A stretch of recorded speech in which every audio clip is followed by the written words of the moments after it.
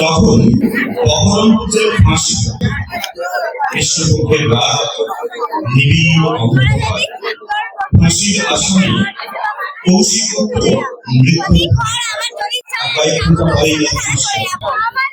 এমন সময় সাধারণত কাউকে বাইরের লোকের সঙ্গে কথা বলার সুযোগ দেওয়া হয়, কিন্তু একটি মেয়ে অনেক কষ্টে জেলারের কাছ থেকে পারমিশন নিয়ে এই যে কয়েক ঘন্টা পরেই মৃত্যু হবে সেই কৌশিকের সঙ্গে দেখা করতে আসে।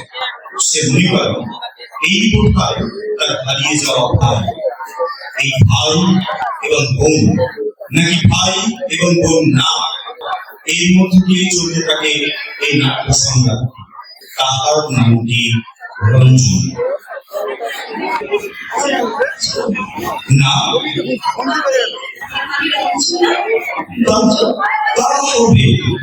কিন্তু আমি তো আপনাকে আমি চিনতে পারছি না। আমার নাম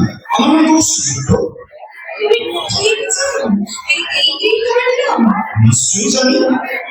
জীবনের শেষ মুহূর্তে দাঁড়িয়ে মিথ্যে কথা কেন বলবো?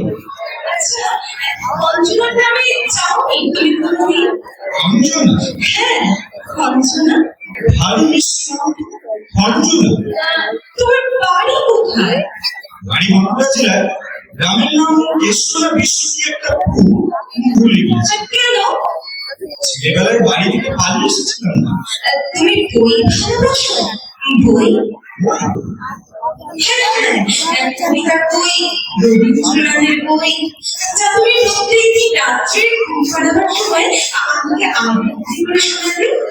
আবৃত্তি? আবৃত্তি কাকে বলে আমি তো তাই জানি।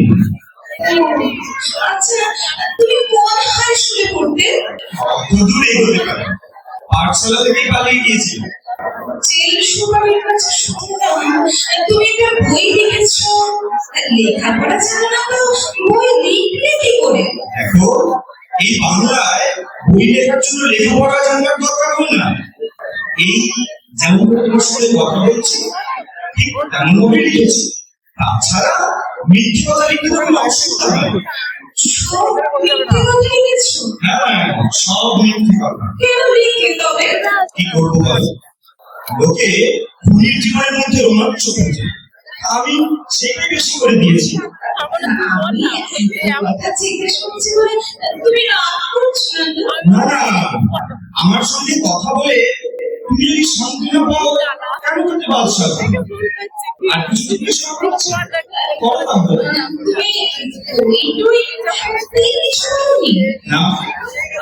তোমার সঙ্গে মিঠু দলের কোনো আদর নেই এ কথা আমি বলবো না। আদর নিশ্চয়ই আছে, আমি বলতে পারছি না। আচ্ছা, মিঠু বুঝি তোমার দাদা ডাকনাম? আচ্ছা, রবীন্দ্রনাথের কবিতা তোমার কথা শোনাচ্ছে না? আমি কয়েকটি লাইন বলি, দেখো তো পরের লাইনগুলো তোমার মনে পড়ে কিনা। কৃষ্ণকে আমি তারই কবি, কান্তায় করে মেঘলা তীরে দেখেছি মাঝে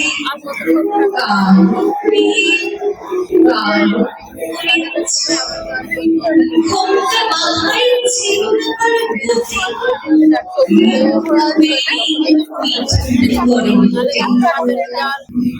বলো, তারপরে বলো, বলো না, বলো, বলো না। বলেছি তো আমি আবৃত্তি করতে জানি না। তাহলে তুমি আমার মিঠুটা নাও। আমার মিঠুটা যদি হবে তাহলে তুমি এক্ষুনি বলে উঠবে। যতই কারেক্ট দেখেছি তার তুমি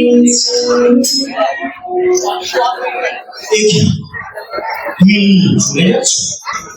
হ্যাঁ, আমি চাই। অবশ্যই কথা দিয়েছিলাম যদি তুমি আমার গানের না হও তাহলে আমার কোনো সময় নষ্ট করবে না। একটু বসো, এবার আমি তোমাকে একটা কথা জিজ্ঞাসা করি। তুমি আমাকে কি জিজ্ঞেস করবে? তুমি তো আমার কিছু জানোই না, আমাকে তো তুমি চেনোই না। সে কথা সত্যি, তবু জিজ্ঞেস করি। আচ্ছা বলো। আমি কথা বলবো আর ওই ফাঁসি করে আমার দিকে হাওয়া করে চেয়ে থাকবে, তা হয় না। তা আমি জানালাটা বন্ধ করে দিয়ে আসি। আমি একটা কথা কিছুই বুঝতে পারছি না জানো, নিজেরা না এসে তোমার বাপ মা কোন ভাব থেকে তোমার মতো একটা মেয়েকে একদিন পাঠিয়ে দিলেন। বাবা, বাবা নেই আমার, আর মা বিছানায় পড়ে আছে, ওঠার ক্ষমতা নেই আর। ও আচ্ছা, তোমার দাদা ঠাকুমাটা তো মিষ্টি, ভালো রান্নাটা জানো। মজুমদার। বন্ধু হ্যাঁ, দাদা সেই 16 বছর বয়সে নিজে রোজগার করবে বলে বাড়ি থেকে চলে গেছে। আর ফেরেনি। তার জন্যই তো মা আমি শুধু ভাবছি বাড়িতে মাকে কি বলবো, কেন যে বিটুকে আমি বলতে, কোথায় যে গেলে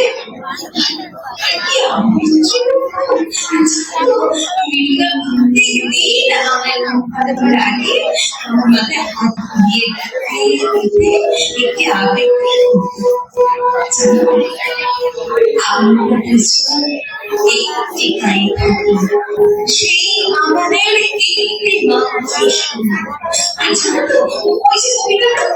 কবিতাটা শোনে না, আমাদের আশ্চর্য নেই, আমাদের গায়ে না অঞ্চলা, নদীর না অঞ্চলা, আর আমাদের না রঞ্চনা।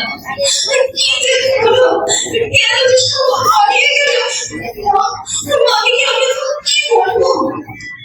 আচ্ছা বাবা, অনুসারী মজুমদার না, আমার একটা ঘটনার কথা মনে পড়েছে। আরো নাম চেঞ্জার হারমোনিয়ামে গাইবে। আচ্ছা কি বলছি, লম্বা ছিটছিটে মাথায় কালো চুল। হ্যাঁ, মিলে যাচ্ছে, একদম মিলে গেল। আমরা তখন আমি আর অনু তখন কলকাতায় মেসে কাজ করার চেষ্টা করতাম।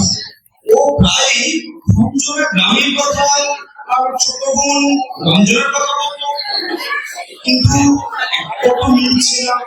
ও যে ভালো আবৃত্তি করতে জানি, এটা তো কখনো বলেনি। তুমি মিঠুদার সঙ্গে এরকম এসেছিলে? হ্যাঁ, মিঠুদা তোমাকে কি বলবো? স্বপ্নের কথা, ভবিষ্যতে কেমন করে বড় হবে, কেমন করে বেশি করে রোজগার করবে, এইসব কথা। মাকে টাকা পাঠাবার জন্য ও যেন পাগল হয়ে গেছিল। রোজ মেস থেকে বেরিয়ে যেত আর ফিরতো অনেক রাতে। যখন গ্রাম মতো শুয়ে পড়তো, আমি আস্তে আস্তে গিয়ে পাশে শুতাম, জিজ্ঞাসা করতাম, আরে রমেশ কিছু হলো? বুঝতে পারতাম না জানি। আমি তাকে বলতাম, চল না আমাদের আড্ডায়। সেখানে তো কিছু একটা ব্যবস্থা নিশ্চয়ই হবে। কোনো উত্তর নেই তার কাছে। জানো, অন্য সব চেষ্টা করেছে রোজগারের জন্য। একদিনের কথা তোমাকে বলি শোনো, কলকাতায় কলেজ স্ট্রিটের মোড়, বলেছই লোকজন চেঁচাচ্ছে পকেট মার, পকেট মার। অঙ্কুশ ধরা পড়েছে পকেট মার দিয়ে। না না, আমার মিঠুদা কিছুতেই পারে না, ভুগতেই পারে না। আমার মিঠুদা পকেট কাটতেই পারে না। নিশ্চয়ই পারে না। তোমার নিজেও পকেট কাটতে পারে না আমি জানি। অনুযায়ী কখনো পকেট কাটতে পারে না। কিন্তু শহরের লোক তাকে দোষী সাব্যস্ত করে পুলিশের হাতে ধরিয়ে দিল। তারপর আবার ছেড়ে দিল, কারণ কোনো প্রমাণ ছিল না। তারপর কি হলো? এক চেষ্টা আজ করতে হবে, পয়সা রোজগার করতে হবে, মা বোনের কাছে টাকা পাঠাতে হবে। বোকা অন্ধ জানতো না সমাজের চাকাকে ঘুরিয়ে কেমন করে টাকা তৈরি করতে হয়। একদিন দলের সাথে পিলুর কাছে নিয়ে গেলাম, কিন্তু সে তো তোমার টাকা, তাই সে কোনো কিছুতেই খারাপ কাজ করে টাকা রোজগার করতে রাজি হলো না। এদিকে মেসের মালিক হুকুম দিল, 12 ঘন্টার মধ্যে টাকা না দিলে মেসে তারা ঠোকা হবে না। কি করলো তখন মিঠুদা? মিঠুদা কিছু করেনি। বললাম আমি, আমার বাবা পাশে থাকতো সরকারি অফিসে, পুরনো পেয়ারা। সেদিন তার মাসের মাইনের টাকাটা তার সুটকেসের মধ্যে রাখতে দেখেছিলাম। সে টাকা তার অবর্তমানে বাক্স ভেঙে মেশিন মালিকের হাতে দিয়েছিলাম আর বলেছিলাম কিছুদিন আমাদের থাকতে দিন, আমরা নিশ্চয়ই একটা কাজে জোগাড় করতে পারবো। তুমি বলেছিলে? না না না না, আমি না, আমার সামনে মিঠুদা মালিককে বলেছিল। মিঠুদা বলেছিল? হ্যাঁ, সেই রাত্রে তোমার মিঠুদা কি আবৃত্তি করেছিল। আচ্ছা, মিঠুদার আবৃত্তি তুমি শুনেছো? হ্যাঁ, বড় মিষ্টি সে আবৃত্তি। এমন আবৃত্তি আমরা কখনো শুনিনি জানো। আমাকে তো একটা শিখিয়ে দিয়েছিল। কখনো কখনো দুজনে একসঙ্গে আবৃত্তি করতাম। আচ্ছা, কখন আবৃত্তি শিখেছো? এমনি শিখেছি। কিন্তু ওই যে তুমি বললে না, কি যেন আমরা দুজন নাকি ওই যে আমাকে শিখি। আচ্ছা, যেগুলো শিখেছো তার থেকে শোনেন আমাকে।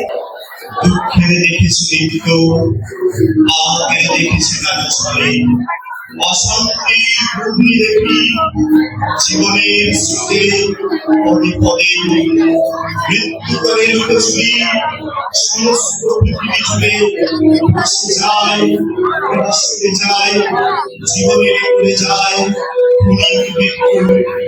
আজ দেখো তাহাদের অপ্রকৃতি বিনাশ, তারপরে নারাজ বলো বলো অকম্পিত বুকে ধরে এখন করি হয় এ সংসারে প্রতিদিন করে করিয়াছি জয়।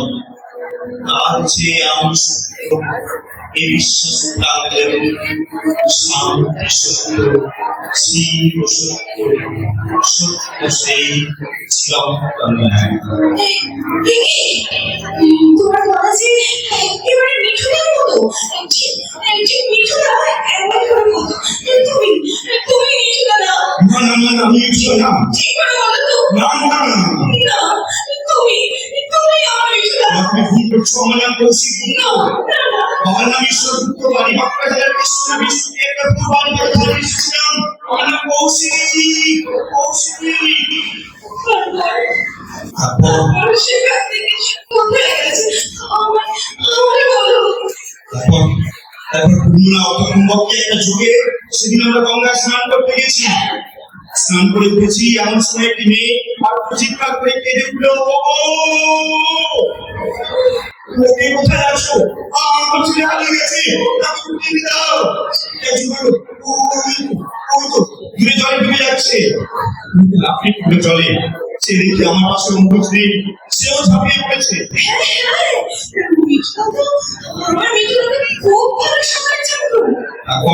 তারপর সবাই এক এক করে উঠে এলো, কেউ পায়নি সময় বাঁচতে। হঠাৎ কি ভয় একটা চিৎকার উঠে আসলো, বাঁচছি সবাই পায়ে জল ছিঁড়ে ফেলল। কিন্তু দূরে তখন শোনা যাচ্ছে জলের শব্দ। জলের উপর থেকে একটা শব্দ ভেসে আসলো, হাতে বুকের কাছে বাচ্চাটিকে ধরে বাঁশে জল কাটতে কাটতে বাংলাদেশের বীর সন্তান অঙ্কুরা মজুমদার এগিয়ে এলো।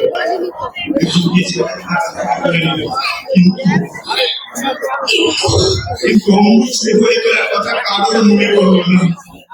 বানে সে তীরে আছাড় খেয়ে পড়ল। কোথায় গেল?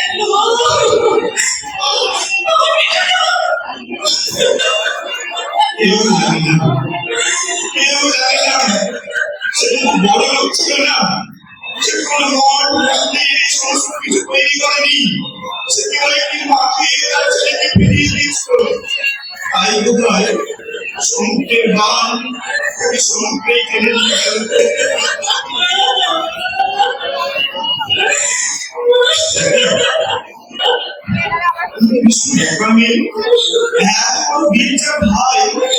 সে কখনো এমনটা কাঁদতে পারে?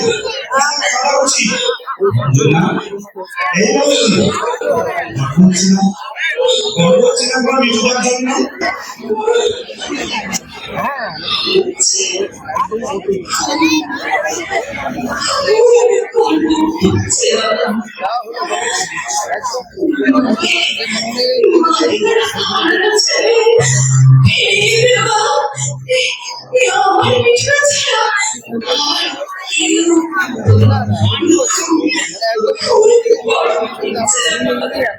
তবে রোগে ভুগে বিছানায় পড়ে থেকে কিংবা আমার মতো মানুষ করে আছে যদি কিছু না হয়, আমি কিন্তু মিঠুকে ঘৃণা করি। কিন্তু যা হবে যেভাবে সকলের কাছ থেকে বিদায় নিয়ে চলে গেছে তারপরে সবাই উজ্জ্বল এরপর তুমি যখন ফিরে তোমার মায়ের কাছে সব কথা বলবে, তখন বলতে বলতে তোমার মুখটা গর্বে ভরে উঠবে। আর মা যিনি এমন বীর তোকে গর্ব করেছে, তুমি আনন্দে চোখে জল করবে।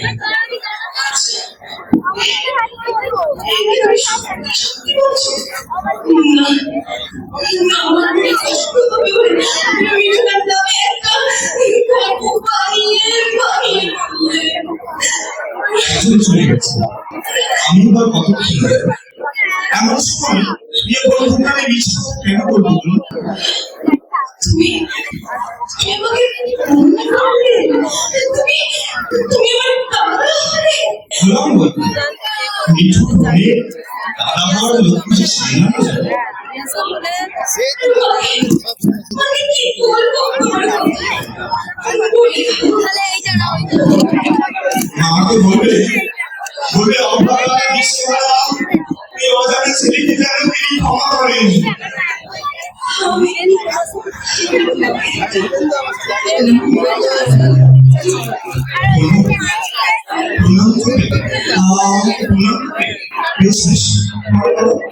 কিন্তু কিন্তু আমি কি আশীর্বাদ দেব আমাকে রঞ্জনা মিঠুটা কোন চিহ্ন রেখে যেতে পারেনি, সে তার মূল্য জানে।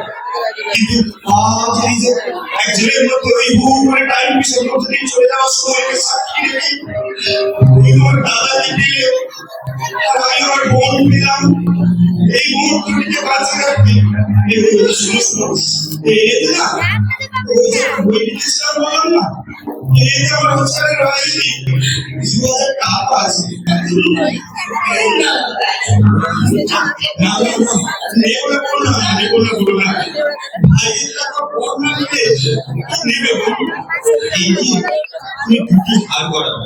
একটি মায়ের আর একটি আমার।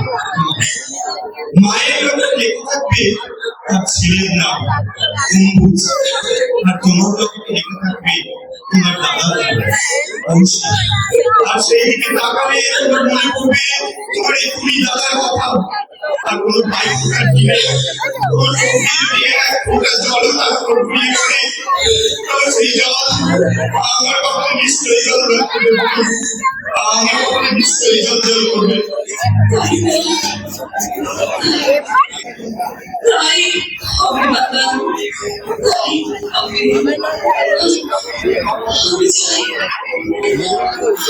আমাদের সেই গ্রামের নাম কি বন্ধুরা, আমাদের সেই নদীর নাম কি অঞ্জনা, আমার নাম তো জানি গায়ের পাঁচজনে, আমাদের সেই কাকার নাম কি অঞ্জনা। আমরা দুজন একটি বাড়ি থাকি, সেই আমাদের একটি মাত্র সুর।